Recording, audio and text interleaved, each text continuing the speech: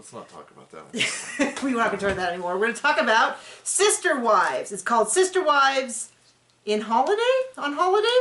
Cody wears gloves. Does he? Yeah. Well, yeah. Season 2, episode 8. This is a continuation of the cabin episode from last week. A lot of things in this episode that I either didn't catch the first time or have since forgotten. And if you hated Cody because of Garrison crying, I'm going to go ahead and raise you Hunter crying, which is also devastating. And I was like, man, not a single one of Janelle's kids specifically seem to have gotten out of this without having to cry on national TV or be devastated. I mean, the kids really got punked in all of this. Yeah. To put it lightly. So the story of this episode, they're still at the cabin. They're still doing their things. And the Browns, or specifically Cody and Robin, are really pushing this agenda that they have to move. They have to. There's no other choice. They have to move. We also see a big sit down from the older kids, as they're referred to, which is Hunter, hold on, I'm going to do it from memory. Hunter, Maddie, Logan, Aspen, and Mary's child, who now goes by Leo, are in there, and they do a whole bunch of interviews with just the older kids. And I believe that's pretty much the older kids for... I remember they used to do a lot of sit-downs, and they have the younger kids, and they have the older kids. And it's difficult, but they're getting by, they're all dealing with it. No, they're all miserable and a little resentful. It's almost like wherever Cody goes, he causes this. Right, so they're still on vacation. Christine, we see a lot of I'll talk about them later on, but they're all sick.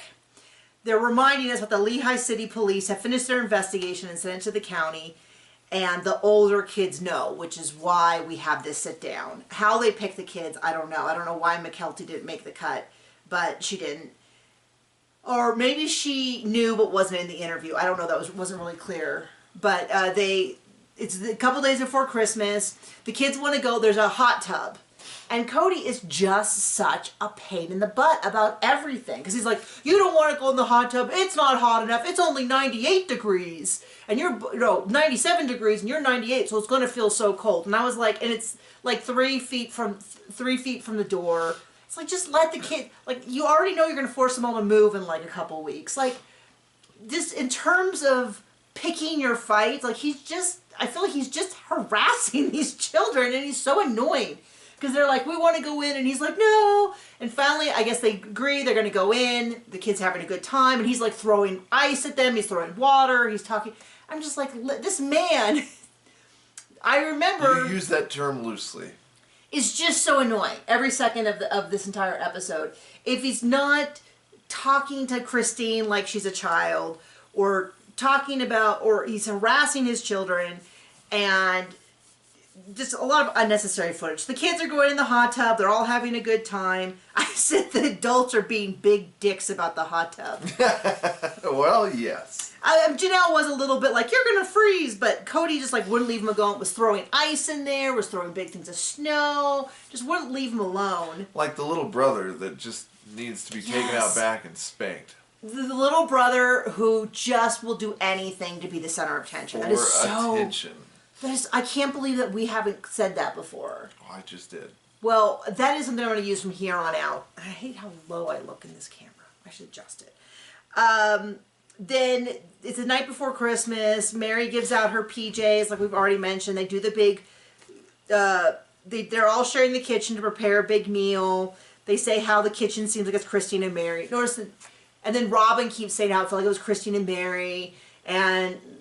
Christine's like, well, you just, you can be more assertive, but I know that you don't like to make anyone feel bad. And Christine's being so nice to Robin, which just makes me sick.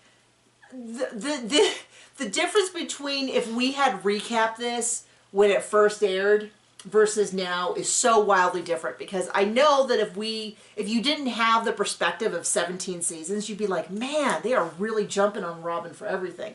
But after seeing 17 seasons and this whole, no one ever was nice to me, and then watching these long extended scenes where everyone is being so nice to her, it's a little bit like, okay, lady. Well, I mean, she is, at this point, and points before and since, the designated pencil wetter, so, I mean, she's at least good for something, I guess. Did notice they did not mention where Cody was sleeping. Isn't that interesting? They have this cabin. The cabin, it looks like it's 2 bedrooms, so... It does not look like a very big cabin. And my guess is there's a lot of kids like sleeping on couches and the floor, and there might be a room with bunk beds. And the other floor, and probably the bathtub. But they did not mention that, and I'm sure that they deliberately did not mention it. I'm going to guess he's sleeping with Robin, and it's going to be because she has the fewest kids, and so they can all share a room or something like that. But I bet you that... Well, Mary has the fewest kids. Oh, that's a good point. So maybe he's staying with Mary. Well, although I could see Mary... we will never know. We will just never know because we have a lot of theories here. But what's funny is when this whole discussion about the kitchen, no one even mentions Janelle at all. And that's because we know that Janelle is not fighting to have a spot in the kitchen. She makes the money, not the food. Not the food. I'm sure she is somewhere like being like, it's okay, I'll organize. We hear so little from Janelle in these episodes. Which is a shame because I do like Janelle. Then there's this whole thing with the kids are sledding down sort of the driveway where they drive to the cabin. And Cody's got to be the center of attention again. And he's got to do this whole thing and ho. And then eventually there's this whole, they really play up, there's a lot of non-things happen, which is like they change this, there's this big berm where they've like plowed. Where they sled into to stop them from hitting the house. So he goes and changes it from like this to this, so when you hit it, you launch up over. Seems like a great idea. Yeah. Mary goes up and over, basically lands against the kitchen window. They were filming inside. They're like, oh, Mary hit the window. And she like slides down, so if you don't live someplace with a lot of snow, right up against the house usually doesn't get a lot of snow. It kind of angles in from the overhangs. So it kind of creates this crevasse. And she falls into this crevasse, and Cody runs over and gets her, and everyone's like, Mary's so, you know. Everyone says that, or just Robin, who's annoying? Just Robin says how Mary's a wild woman, and Mary's like, I don't know that sledding counts. Well, she's got to get her jollies out somewhere, because she ain't getting them with Mr. Brown. They keep teasing this conversation later on about how, basically what we get at this conversation later on is that Christine doesn't want to move. Robin is very vocal about wanting to move. I don't think we hear anything from Mary. And Janelle says very little, but what she does say implies that she thinks Cody's eager for a move, period. That is not about having to move. And Christine says that. And Christine says that. But we'll get to that in a second because I keep teasing it throughout the episode. So my notes are like, Christine doesn't want to move. Robin wants to move. Cody wants to move. Christine doesn't want to move. Like all the way through the episode. There was some gratification in this episode. About how? I mean, and it's almost for the whole, I'm going to say up to this point, and then in the divorces, it's like, it's below the divorces, but it's gratifying. Like, Janelle keeps telling him, oh, knock the snow off, and he keeps saying, oh, I'm not going to get hurt, and then he keeps getting hit in the head with snow. Yeah. I mean, not hard enough, but at least a little. So it's Christmas morning. We get to hear all the kids swap names and gives gifts and how it's really fun to watch. And it looks like a lot of the older kids have the younger kids' names. I don't know if that's just there's so many kids it happens. Or luck of the draw or whatever. And then Robin gives Mary a little like figurine and she's like, it's sisters dancing. And Mary's like, sisters, because we're like sisters. And they like do this whole thing. And I remember this is one of the things that made me early on want to puke. Picture Mary and Robin as being like they're gonna have what Christine and Janelle have finally. It did not work out for Mary. Robin didn't want it. She traded that in. But what was kind of funny was Robin's like, that's what's so special about having sister wives. It creates this special sister-like relationship. And I was like, well, you are not selling it to me. So I know how. We know how this ended. Yeah. Well, I'm not just saying that. I'm just saying that sisters for me is not the most enticing relationship. So. Yeah, siblings aren't necessarily close. Yeah, so let's put it like that. And then they talk about how they're so close, and then Cody turns to Christine and says, have you ever had a closer relationship with a sister wife than with me? And Christine's like, no, that's not the same. Because I'm not boffing my sister wife. Different thing. But you laughed and you said, not yet. You just wait, buddy. Pretty soon they will. Yep. Not pretty soon. 9-10 years later. At some point. And they're talking about how they got some of the kids special gifts. And at one point Christine says that she got McKelty a phone in case they move, so she can stay in touch. And then Cody. And then they get on her about it. Well, in case we move, we're moving. Yeah, Cody's like, are you confused about whether or not we're moving? And Christine's like quiet for a really long time. And she's like, I just don't think, I don't want to move out of fear. I will say that he at least spoke to her like a human being, as opposed to later on when he's screaming and lying and getting creative and all that. But it's still kind of condescending because he just keeps going, well, I'm the leader. Kinda? But his tone, okay. It's still, not like he's talking to a horse. It is like he's talking to a human. It's still not great, but it's still, for what we see of Cody in season 7, maybe 10, 8, whatever on, where he's like, I'm the man, I'm doing what I want, I don't care. He at least seems to still be talking to her with a tone that I would say was somewhat affectionate. But he says, we're moving, we're dead set on moving, and Robin, and she's just quiet for a really long time. She says, I feel like you're not listening to my point of view. And he says, I'm listening to your point of view. And she said, but you've already decided, so you're not listening. So he's saying, like, I'm physically letting you speak to me. And she's saying, but I want you to consider my point of view and really, like, all that. And he's like, well, I've already decided. And it's like dead silent. And then Robin's like, tell her why we should move. And I thought, oh boy, I forgot how much we saw the dynamic right here in this conversation. That eventually, like, if you wanted to say... Well, yeah, the only people he cares about are Robin and his self. Right, I mean, and then this whole conversation, Mary just looks down the whole time. Or maybe it's just Robin and his pencil.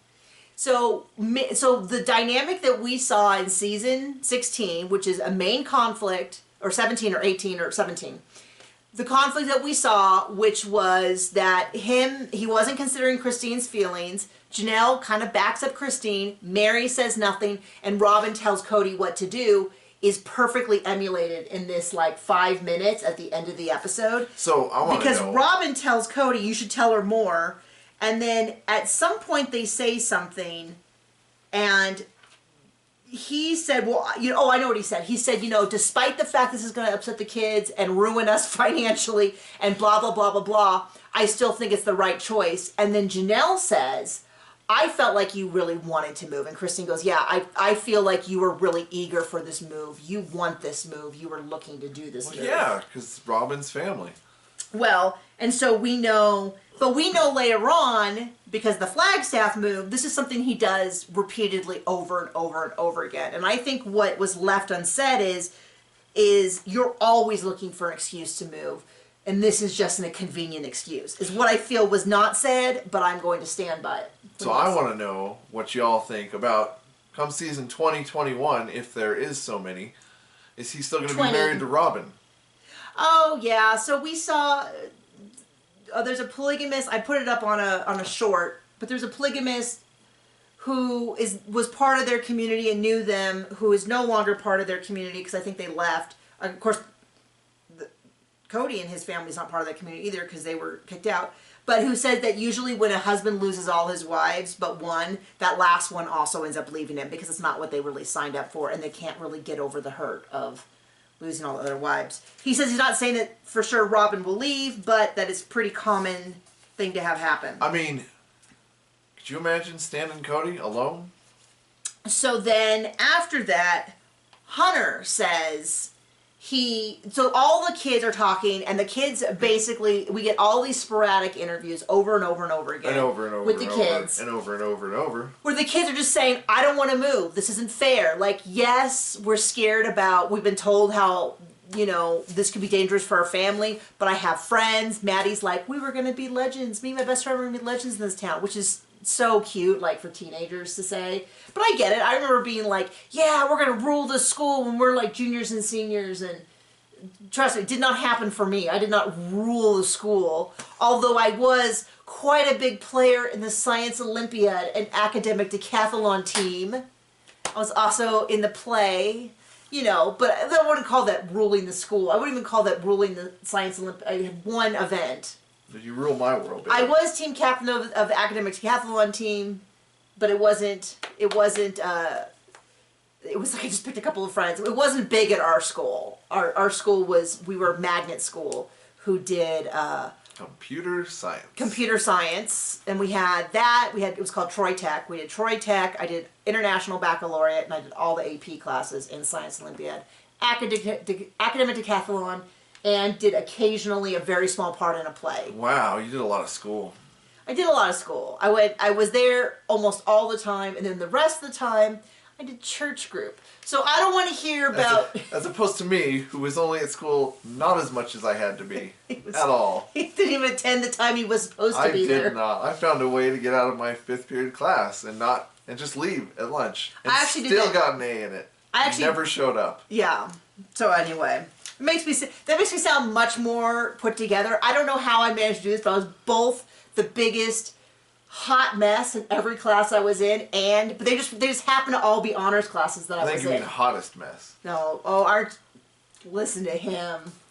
But all the kids are talking about how they don't want to move, and then Hunter's crying. He's talking about how all his friends he has, his relatives, and I was like, all I could think of is poor Garrison crying, and I thought, there is not a member of specifically Janelle's family that Cody has not personally victimized by ruining their childhood. Right. Like, and I remember this. Well, and it's like, and the saddest part is, you know who doesn't care at all? Cody. His dad. Yeah, that's what I remember. We'll see. We're going to watch all of it, but my memory of it was that he was like, well, too bad we had to do it, and that was his whole thing. But when a lot of the people, when they were talking about how sad it was that Garrison got so screwed over by the move to Flagstaff, all I could think about was, so did Hunter. Hunter got totally the short end of the stick. And I remember how depressed he was and all of that. And I was just like, and so I had forgotten this episode when they talked about when Christine and Janelle said, Cody, you just seem really eager to move. You just seem really excited about a move. And I was like, oh my gosh, why didn't I remember that? And why? I want to know this. Why didn't they include that clip when they were talking about Flagstaff? Because that would have... Maybe Cody's getting his pencil wet there, too. It would have been perfect when they talk about how Cody's just eager to move. They move all the time, and he loves moving. If they had just been like, and here's... If we know anything about TLC in this family... I don't think it's TLC. There is no accountability. I don't think it's TLC. Especially with the softballs, producers. Tell-alls. I think it's the producers, because it's... The producers work for what now? They do work for TLC, okay. But I don't know that TLC... I rest my case. I don't know that the people that they're accountable to are watching all of the programming and having the same investment that you and I as a viewer have, because they have always, the producers that are doing this show are also want to show polygamy in a good light. So they don't want to do anything that makes it... This whole thing was about how they were so persecuted, they had to run to Las Vegas, they were kicked out of Utah. But back then, this was called the Learning Channel. Well, I don't know what point they dropped that, but it is not the Learning Channel. Man. It has not been... And it wasn't back then, but they called it that. They, no, but they had to have, because the optics of Cody pulls up a family of 20, tears them away from everyone that they've ever known. And then tears them apart. Tears them apart because they were all a unit. Tears them apart because he was bored is terrible, terrible optics. Moving them because they were chased out of the state by the police is a much more interesting view, and they're not going to do anything that questions that. But yeah, Janelle and Christine are kind of like, Mary doesn't say a thing through this whole conversation. She looks uncomfortable the whole time. Like I said, a few times Robin is like, we just can't be here. We just can't be in the state. We need to leave. And then later on telling Cody, tell her why we should move. Stuff like that. Yeah, Hunter cries about leaving. Everyone is saying how it's so unfair. It's, this isn't fair. I mean... He tells Christine, well, you have a choice. You don't have to come, is what he's saying. And she's like, no, I'm going to come. And there's a whole discussion about how he's the leader. So I want all of that, like, he's never, no one's ever respected him stuff. That he's the leader of the family and all that. He's never earned any respect, but... Yeah. And so we can kind of see, this is so depressing because this is inevitable. Well, first of all, I don't know how it's so boring and so depressing as a show, because it just seems to slowly be like, or into the ground. Yeah. And we know it's inevitable, it's how sad it is that we know that they get teared apart because Cody it likes interesting stuff, and it seems like once he gets to Vegas, this is when he shifts. I feel like it's a full reset, because previously he had all these expectations of how he would do things. He moves to Vegas, and now he gets to reset things, and as near as I can tell, spend a lot more time with Robin. That everyone sees. Well, no, they don't see it yet. Well, when they have the houses together, they see it pretty They clearly. do eventually. Oh, okay. But see, right, they're in rentals for a year or two. How can you get bored with 3 wives and 20 kids? Like, how could you ever even sit down? Oh, that's right. Because he ignores all of them. Because he does nothing. Because he ignores them all. Except boss Robin. And I'm not convinced that once he moved to Vegas that he ever had a steady job again. At the beginning of the show, he ever had a steady job. Well, from what I heard, he had a workplace and he used to go there daily.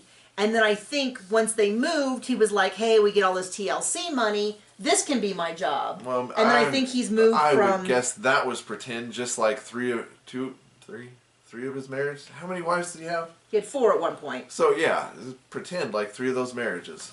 So it seems like.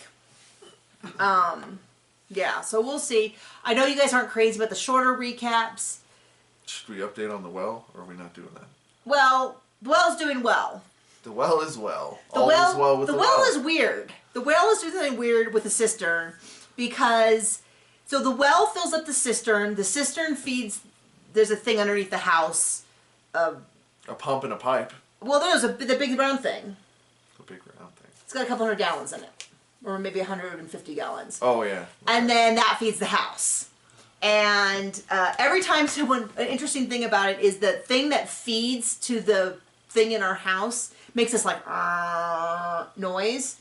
So anytime anyone in the house like flushes the toilet or does anything, we hear that it's right underneath our bed. And so at night I can tell. It's not like so loud that it wakes me up, but if I'm like half asleep, it wakes me up. But anyway, the point is, the cistern got really low, and I was like having a panic attack all weekend about it. All weekend? Yeah, all weekend. John really strongly told me I had to stop talking about it, which is rare. Despite what you might guess about me, he is very good about asking me to stop talking about stuff because he knows it's a real pain point for me. And then it started, because it's supposed to like get low and then fill up. Well, it got super low, and now it keeps... And I asked her to stop because we had talked about it. If it's still a problem on Monday, I'll call the people, we'll do something about it. Until then, though, let's just not talk about that. But I was so worried about it. But then it started filling up, and now it just keeps filling up, and keeps filling up, and keeps filling up. And pretty soon, our sister may be spreading water all over the place. We're going to find out. But we have water. I'd rather have that problem than the other one. So I'm very happy. So thank you to everyone who has joined our Patreon, watched our videos. I know these are all out of order, so you might be like... Bought her books. Bought my books, anything like that. Thank you so much. Watched commercials through this terrible episode. Whatever you do, we're not supposed to recommend that. It's against TOS. Oh, whoops. Oops. I didn't recommend it. I said thank you for doing that. Yeah, if you've done it. But thank you because you have paid for the well. It is our YouTube well because all the money that we've made this year went to pay for it. But we will have, I think this might be the last or near the last of the shorter episodes, and then we're going to go back to the longer episodes, and so you'll get longer recaps. Say it ain't so. Okay, so thank you so much for joining us. Bye!